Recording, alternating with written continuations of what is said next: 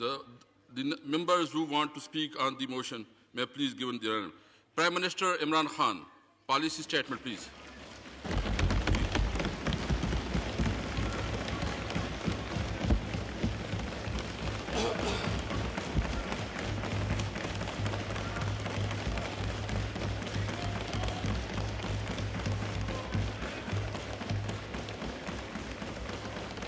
Ji, please.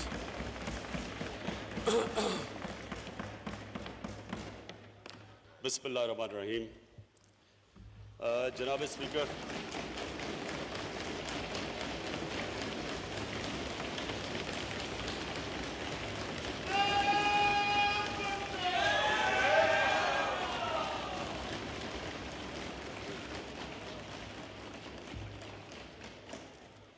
Ji, please. जनाब speaker,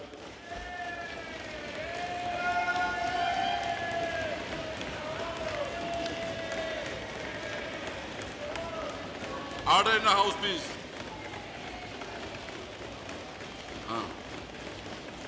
order of the day print हो रहा है, जैसे ही वो पहुंच जाएगा तो आपको पहुंचाएंगे। ऑर्डर ऑफ द डे जो ना अभी प्रिंट हो रहा है, क्योंकि अभी हमने तय कर दिया है, तो आपको तकरीबन 5 मिनट में पहुंच जाएंगे।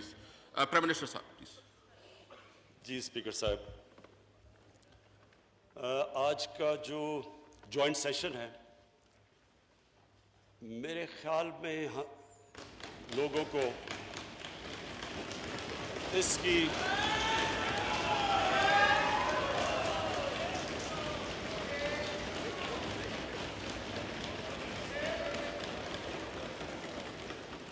स्पीकर साहब, मेरे ख्याल में हमें इस सेशन की पूरी तरह अहमियत की समझ नहीं है। अगर ये होती तो स्पीकर साहब, नो प्लीज, मैं ऑपोजिशन से कंटिन्यू प्लीज। स्पीकर साहब, मैं अर्ज करूं, ये जो सेशन है, इसको सिर्फ पाकिस्तानी कौम नहीं देख रही, इसको कश्मीरी देख रहे हैं, इसे दुनिया देख रही है।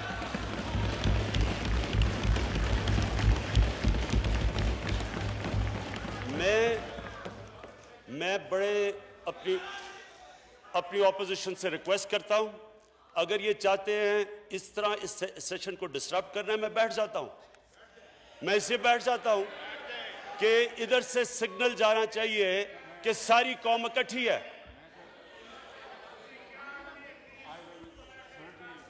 जी शाहबाज साहब जी। मैं अपने दोस्तों से गुजारिश करूंगा कि तकरीर को हम सुने, उसके बाद हम उसका मुदल्लल विद फैक्ट जवाब देंगे इंशाअल्लाह। Thank you. जी प्राइम मिनिस्टर साहब प्लीज। जी स्पीकर साहब, शुक्रिया।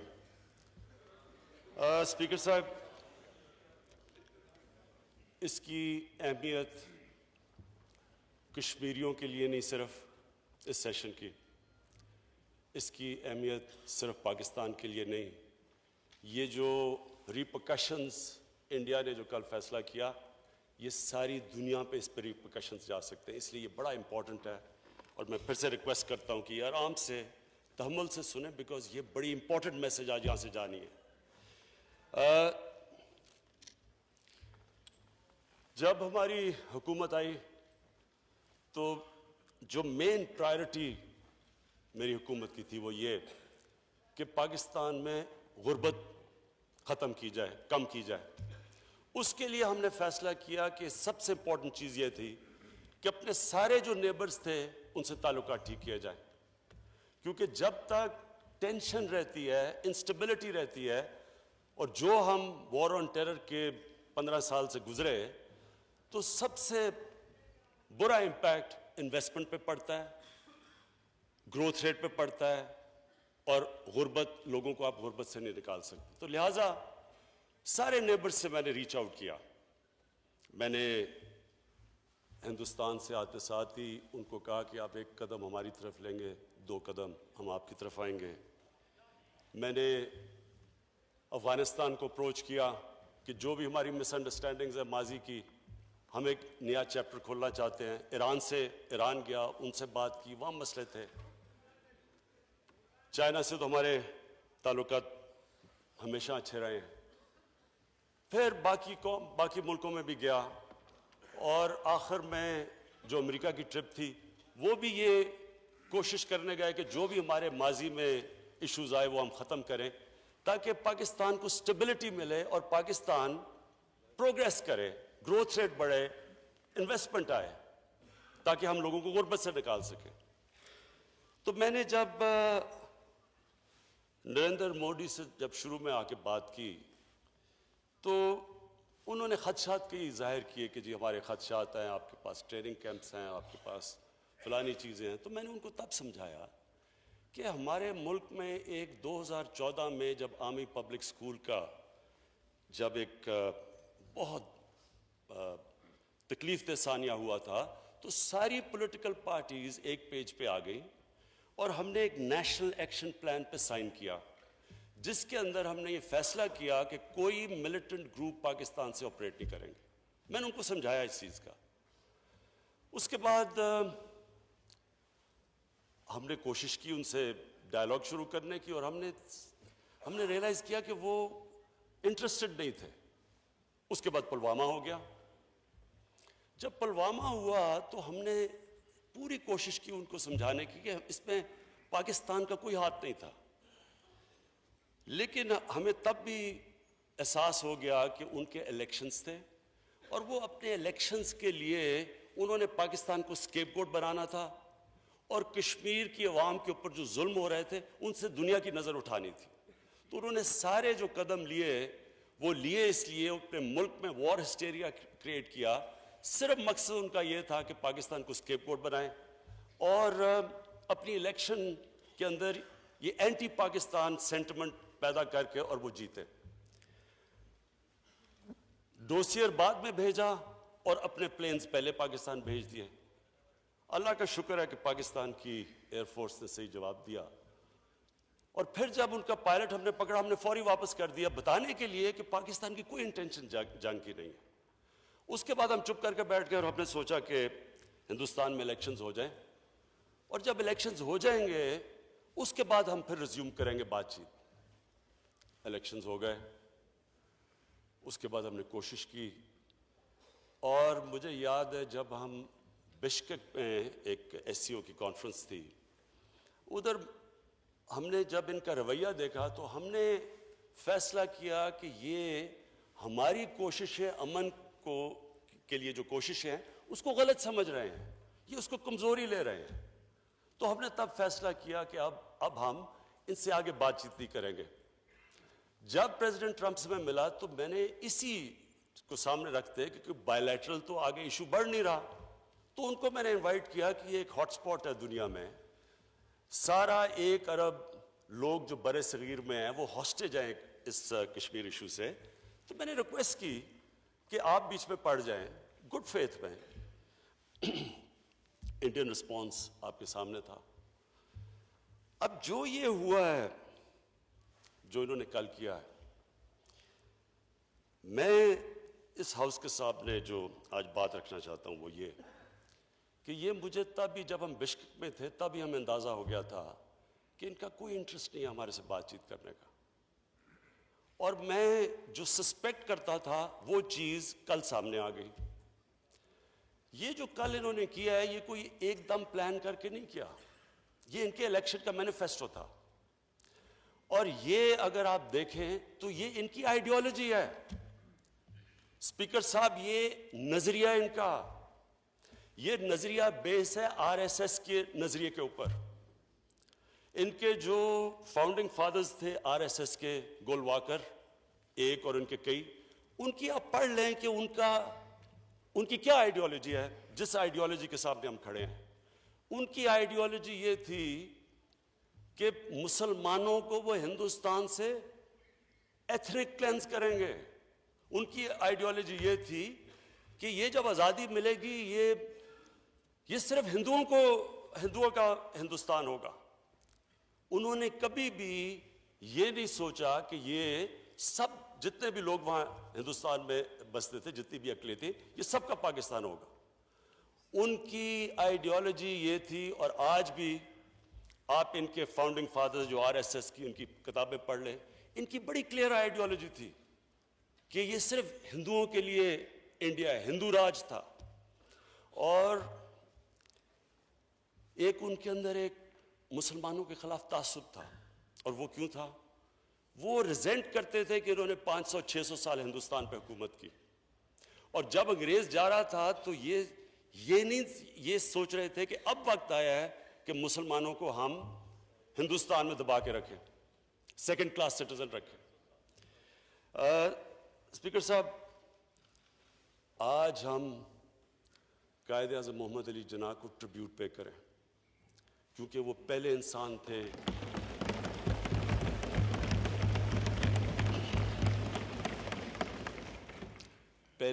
थे जो इस आइडियोलॉजी के थ्रू देख लिया उन्होंने।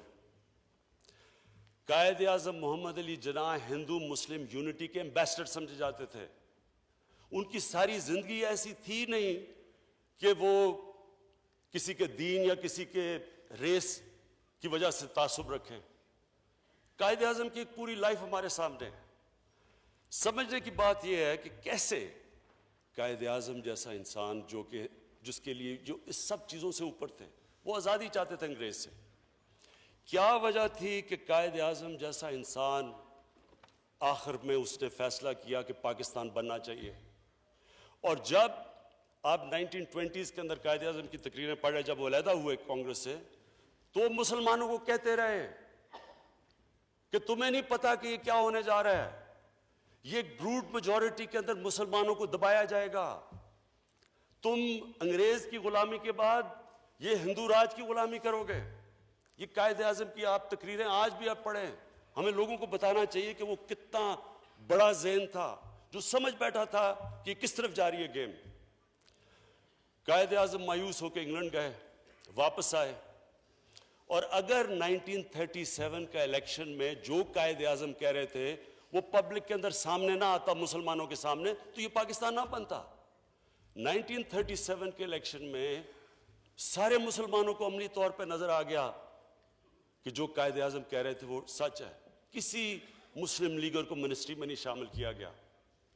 तो वो जो उनको खौफ था कि हिंदू राज की तरफ जा रहा है, उस खौफ जब मुसलमानों को आया तो तब वो मुस्लिम की तरफ आए और तब पाकिस्तान मूवमेंट शुरू हुई।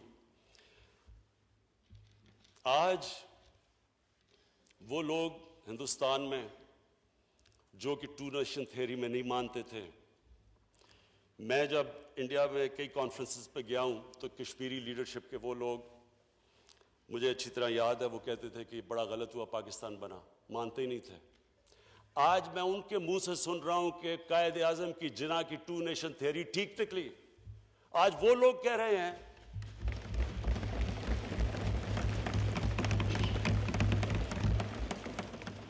आज ये मौजूदा हिंदुस्तान में वो लोग कह रहे हैं कि यहां मुसलमान या अक़लियतें, मसीह बरादरी से भी वही हो रहा है, ये बराबर के शहरी नहीं है।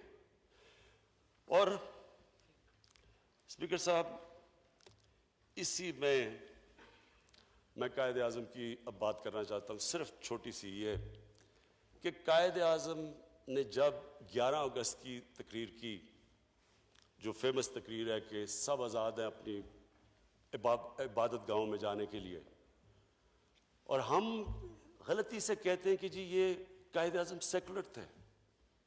वो जो उनकी तकरीर थी, मैं ये जो आपको अभी कहने की कोशिश कर रहा हूं कि ये असल में दो नजरिया क्या है।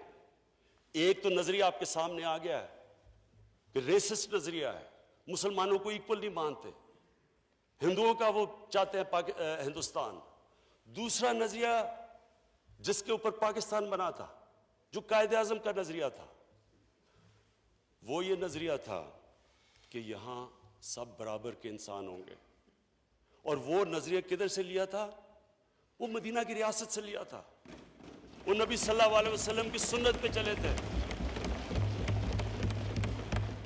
नबी सल्लल्लाहु अलैहि वसल्लम की जिंदगी उठा के देख ले मदीना की रियासत में, जो उन्होंने मिसाक मदीना, जो उन्होंने सेंट कैथरीन्स चर्च के साथ जो उन्होंने कॉवेनेंट साइन किया कि जब तक दुनिया रहेगी मुसलमान आपकी इबादत गाहों को प्रोटेक्ट करेंगे।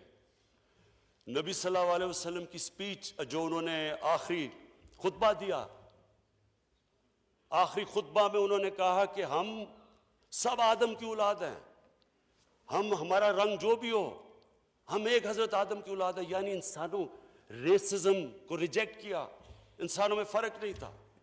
ये बहुत अजीम, मैं ये कहना चाहता हूं कि जो हमारा नजरिया जिस पे पाकिस्तान बना है, इसमें ये तासुब नहीं था। कायद आजम ने जब ये 11 अगस्त की तकरीर की थी और जब उन्होंने पहले मुसलमानों को पाकिस्तान मूवमेंट में कहा था कि यहां तुम्हें हुकूक नहीं मिलेंगे, वो मुस्लिम कार्ड नहीं खेल रहे थे। वो समझ रहे थे कि वो समझ गए थे कि जिस आइडियोलॉजी के सामने उनका मुकाबला है, जो आज की आइडियोलॉजी है, जिसने कल जो कश्मीर में किया वो उस आइडियोलॉजी की वो समझ गए थे। कायद आजम जो उनके दुश्मन भी थे वो जानते थे कि वो कोई ड्रामे नहीं करते थे, कोई जो कहते थे वो मीन करते थे, वो कोई रेटरिक में नहीं पढ़ते थे। तो जो 11 अगस्त की तकरीर थी उसमें कायद आजम ने जो कहा था वो रियासत मदीना के अंदर जिस तरह माइनॉरिटीज को रखा गया था। मैं स्पीकर साहब, सारों को, अपनी कौम को भी लोग रियलाइज नहीं करते कि इसकी सिग्निफिकेंस क्या है। हजरत अली रजी अल्लाह ताला एक यहूदी शहरी से केस हार जाते हैं। खलीफा वक्त एक आम अकलियत के शहरी से केस हार जाते हैं। हजरत अली रजी अल्लाह ताला पहले तो खलीफा थे, दूसरा उनका मुकाम सोचे कि जो हमारे दीन में उनका क्या मुकाम है। ये सोचें कि वो एक जज फैसला करता है एक माइनॉरिटी के लिए उनके खिलाफ। सोचें आजकल की दुनिया में ये तस्वर कोई कर सकता है? आज तो हम मॉडर्न वर्ल्ड में बैठे हुए हैं, ये तब फैसला हुआ। कहने का मेरा मतलब ये है कि हमारे जो दीन है, जो हमारा मदीना की रियासत अगर हम स्टडी करें, उसके अंदर ये जो आज हिंदुस्तान में प्रैक्टिस हो रहा है, हम उसके ऑपोजिट है। हम जब हमारे मुल्क में हम माइनॉरिटीज से नाइंसाफी करते हैं तो हम अपनी आइडियोलॉजी के खिलाफ जाते हैं, हम अपने दीन के खिलाफ जाते हैं। लेकिन स्पीकर साहब, जब ये मौजूदा बीजेपी की हुकूमत जब पकड़ के गोश्त खाने वालों को लटका देती है और लोग मॉब पकड़ के उनको मार देते हैं, और जो उन्होंने अभी कश्मीर में किया और जो पहले 5 साल तशद्दुद किया, जो मुसीब बरादरी से उन्होंने किया, ये उनकी आइडियोलॉजी है, ये उनकी आइडियोलॉजी है। उनके फाउंडिंग फादर्स थे, वो कह बैठे थे कि हम मुख्तलिफ हैं इनसे, हम सुपीरियर हैं। रेसिस्ट आइडियोलॉजी है। हमारा जो आज मुकाबला है वो एक रेसिस्ट आइडियोलॉजी से है। इसलिए जब तक ये बैकग्राउंड हमें पता नहीं चलेगी, हम फिर आगे प्लान नहीं कर सकते कि आज जो कश्मीर में उन्होंने कल किया, कश्मीर में उन्होंने अपनी आइडियोलॉजी के मुताबिक किया। उन्होंने अपने मुल्क के कॉन्स्टिट्यूशन के अगेंस्ट गए। इस गवर्नमेंट अपनी सुप्रीम कोर्ट के वर्डिक्ट के अगेंस्ट गई, जम्मू और कश्मीर के हाई कोर्ट के वर्डिक्ट के अगेंस्ट गई। वो 17 यूनाइटेड नेशन सिक्योरिटी काउंसिल की रेजोल्यूशंस के अगेंस्ट गए, वो यूनाइटेड नेशंस की जनरल असेंबली की रेजोल्यूशन के अगेंस्ट गए, वो शिमला अग्रीमेंट के अगेंस्ट गए। उन्होंने जो फैसला किया हुआ है कि जो आज रेजोल्यूशन में कहा डेमोग्राफी बदलना चाहते हैं, ये क्या बैठे हैं, वो ये चीज क्या बैठे हैं कि ये जब कश्मीर का स्पेशल स्टेटस चेंज होगा तो वो डेमोग्राफी भी बदलना चाहते हैं। डेमोग्राफी चेंज करना 4th जिनीवा कन्वेंशन के आर्टिकल 49 के खिलाफ है, वॉर क्राइम समझी जाती है ये। तो सारे इंटरनेशनल लॉज और अपने मुल्क के लॉज उन्होंने वायलेट किए अपनी आइडियोलॉजी के लिए। स्पीकर साहब, ये एक आइडियोलॉजी के खिलाफ हम कर रहे हैं। इसलिए जो मैं अभी एंड में आपको बताऊंगा, पहले समझना चाहिए कि ये इशू है क्या। ये कि नहीं कि एकदम उन्होंने फैसला करके चले गए, ये मुकम्मल तौर पे अपनी आइडियोलॉजी के ऊपर चल रहे हैं। अब इन्होंने कानून पास कर दिया, कश्मीर को अनेक्स कर दिया। अब क्वेश्चन ये है कि क्या वो कश्मीर के लोग जो 5 साल से पहले भी, लेकिन 5 साल से ख़ास तौर पे जो उनके ऊपर तशद्दुद हुआ है और जुल्म हुआ है, उसके बावजूद वो जो जद्दोजहद कर रहे हैं, क्या वो कानून की वजह से फैसला करेंगे कि अब ख़त्म होगी हमारी जद्दोजहद, हम गुलाम बनने के लिए तैयार हो गए? ये तो और स्पीकर साहब शिद्दत पकड़ेगी, ये तो अब और लेवल पे चली जाएगी। जो मैंने प्रेसिडेंट ट्रंप से कहा था कि आप पढ़ें, वो इसलिए कहा था कि हमारी बायलैटरल टॉक्स तो फेल हो चुकी थी, वो होती नहीं थी। ये इसलिए हम सबको समझना है कि ये बड़ा सीरियस इशू बन गया है। मेरा जो आज मकसद इसका रिक्वेजिशन करने का ये जॉइंट सेशन था, इसके बड़े सीरियस कॉनोटेशंस हैं। नंबर 1 चीज क्या है, इन्होंने अब वहां उसको जो 5 साल से करते आ रहे हैं, जो इनकी आइडियोलॉजी है, अब इन्होंने और दबाना है कश्मीर की रेजिस्टेंस को, आजादी की मूवमेंट को। ये क्योंकि उनको अपना बराबर के इंसान नहीं समझते। स्पीकर साहब, ये रेसिस्ट है आइडियोलॉजी।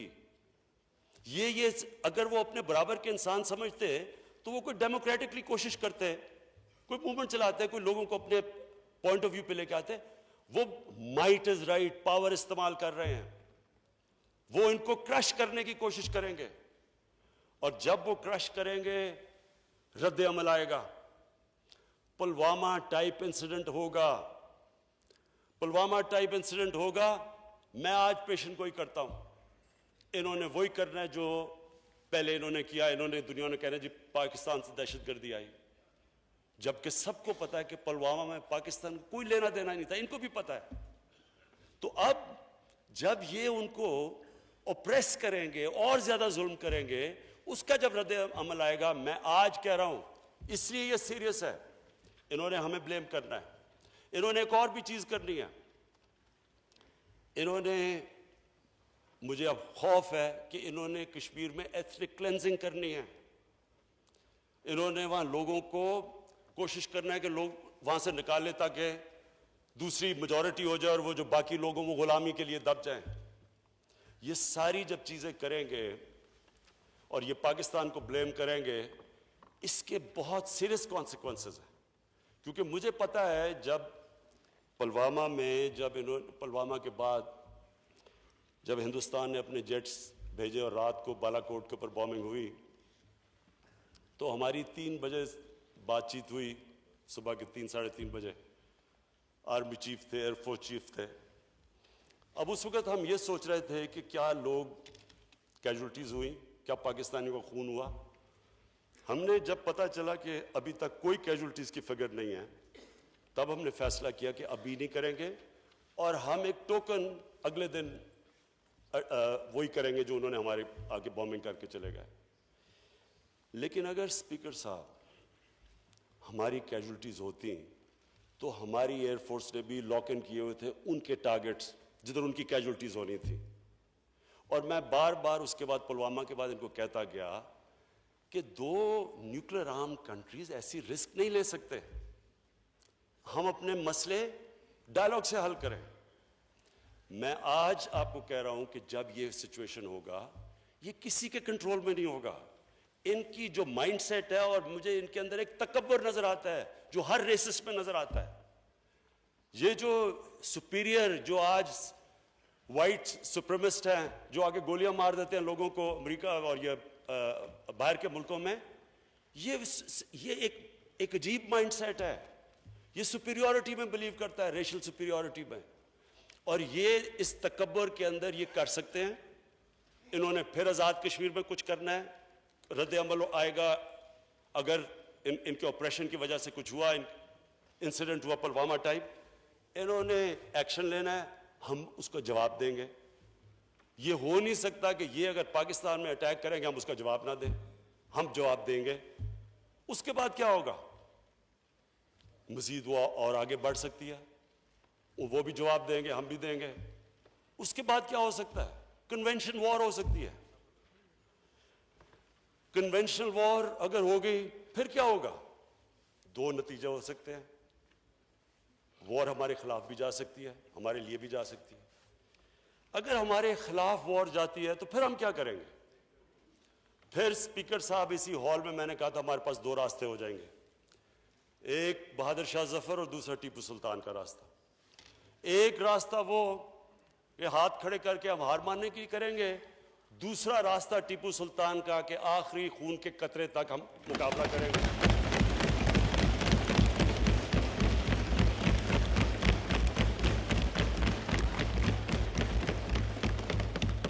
और स्पीकर साहब, मैं आज आपको कह रहा हूं, मैं अपनी कौम को जानता हूं। मुसलमान ईमान वाला इंसान मौत से डरता नहीं है। उसको सिर्फ अपने रब्बुल आलमीन को खुश करने के लिए वो इंसानियत का सोचता है, लेकिन वो खौफ के ऊपर फैसले नहीं करता। हम इसलिए कोशिश करते हैं अमन के लिए क्योंकि हमारे में हमारे दीन इंसानियत डालता है, हमें फिक्र है इंसानों की। लेकिन मैं ये सवाल पूछता हूं कि अगर हम आखिरी कतरे तक लड़ेंगे तो वो कौन सी जंग होगी? वो जंग होगी जो कोई नहीं जीत सकता, सब हार जाएंगे वो जंग, उसके इंप्लीकेशन दुनिया पे पड़ेंगे।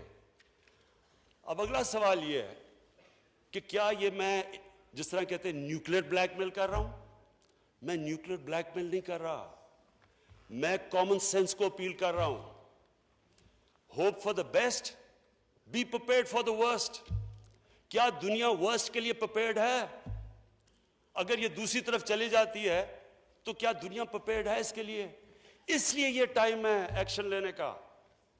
इसलिए हम दुनिया को अपील करते हैं कि एक मुल्क जो ब्लेटेंटली सारे इंटरनेशनल कानून की धज्जियां उड़ा रहा है, जिसको फिक्र ही नहीं है, क्योंकि उसको पता है कि पहले क्या हुआ जब वो कश्मीरियों पे जुल्म कर रहा था, जब यूएन की भी एक आध ह्यूमन राइट्स पे रिपोर्ट आई, पहले तो वो भी नहीं करते थे, उसके बावजूद दुनिया ने कुछ नहीं किया, कोई उनको कुछ नहीं कहता था। उनको और हल्लाशेरी मिली कि अच्छा अगर दुनिया कुछ नहीं कहती आगे क्या, और इसलिए उन्होंने ये एक्ट किया है। और अगर अब दुनिया नहीं कुछ करेगी, मैं आपको कह रहा हूं कि इसके सीरियस कॉन्सिक्वेंसेस है। ये और आगे जाएगी गेम, और ये उधर चली जाएगी जिधर सबको नुकसान होगा, जो कोई नहीं तसव्वुर करना चाहता। इसलिए ये है टाइम एक्ट करने का।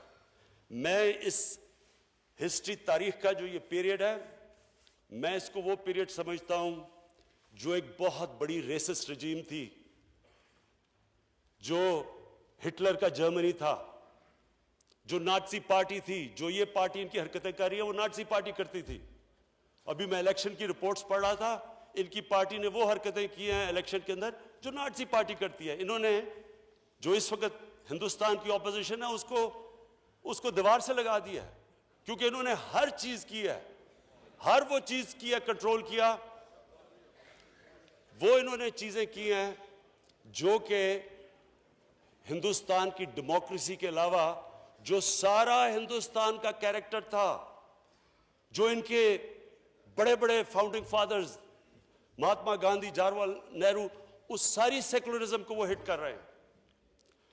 ये वो सोच है, वो आइडियोलॉजी है जिसने महात्मा गांधी का कत्ल किया। ये वो वाली आइडियोलॉजी है स्पीकर साहब, जिसको अगर अभी ना रोका गया तो वो जो फेमस नेविल चैम्बरलेन को कहते थे अपीजमेंट, कि जब स्टैंड लेना चाहिए था हिटलर के अगेंस्ट वो नहीं रहे हो, उसको अपीज करते रहे।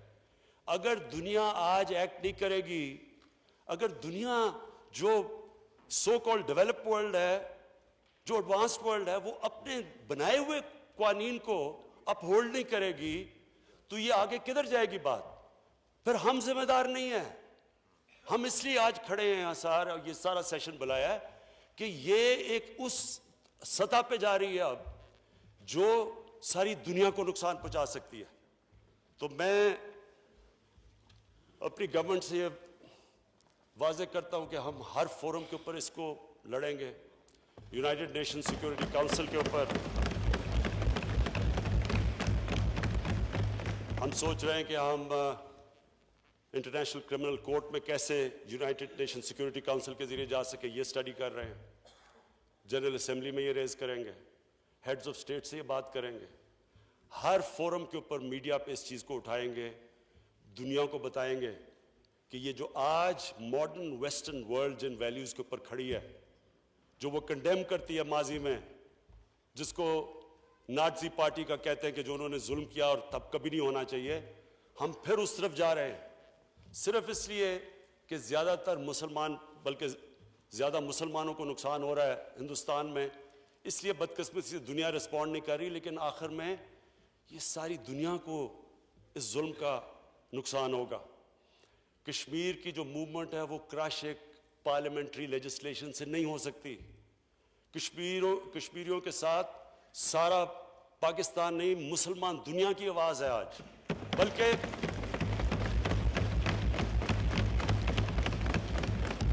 बल्कि स्पीकर साहब, मैं ये भी कहूंगा कि मैं मगरब को बड़ी अच्छी तरह जानता हूं। उन लोगों को हकीकत का नहीं पता जो कश्मीर के लोगों से हो रहा है।